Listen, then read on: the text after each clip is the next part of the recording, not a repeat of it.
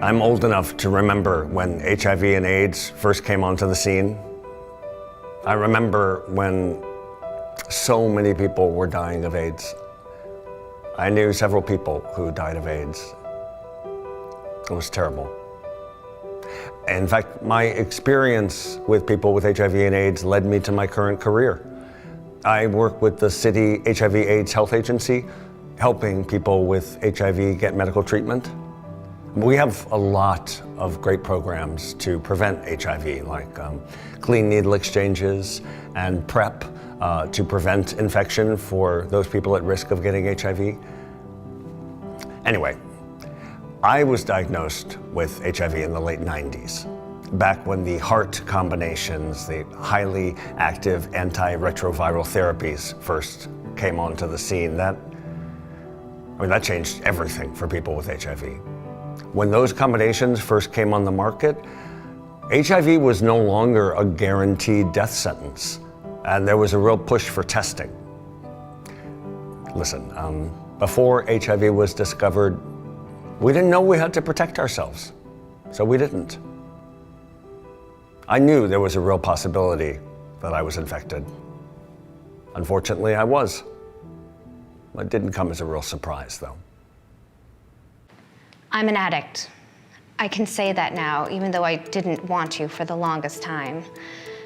The truth is that I have been to a few drug treatment centers over the last 6 or 7 years.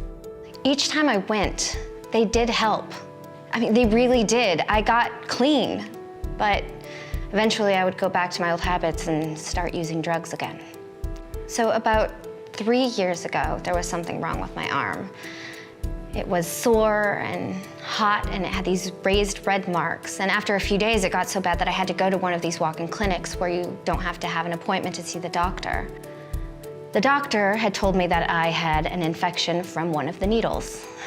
I thought that I was being careful, but sometimes I just didn't want to go downtown to get a clean needle, so I ended up using ones that I had, or some that somebody had given me.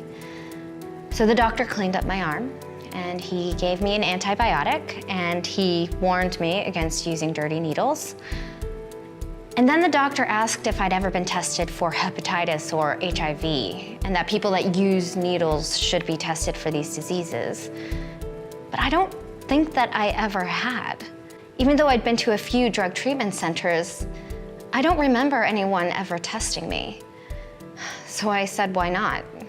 I might as well know if there's something wrong with me. Hey, I don't know what to say, but maybe I just fell through the cracks. I mean, I don't go see a doctor regularly or anything. I'm a young guy.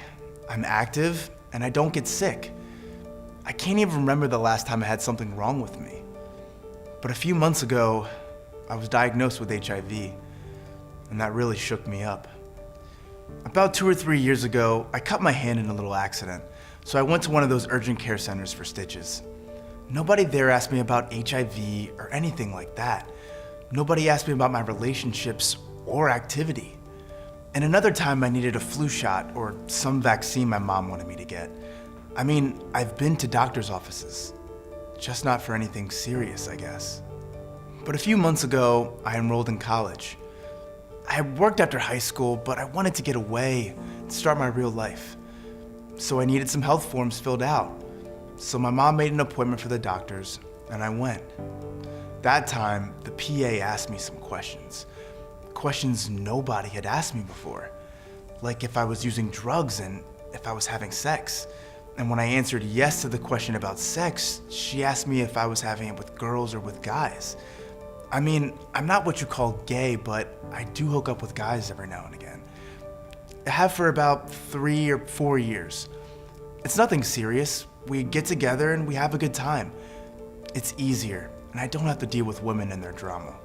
Anyways, the PA's asking me about all of this stuff and it's making me uncomfortable. But at the end, she told me it made sense to test me for HIV, and it was just a simple blood test. So I told her she should go for it. Man, though, I wasn't expecting for her to call me a few days later to come back to her office. And when she told me I had HIV, I couldn't believe it.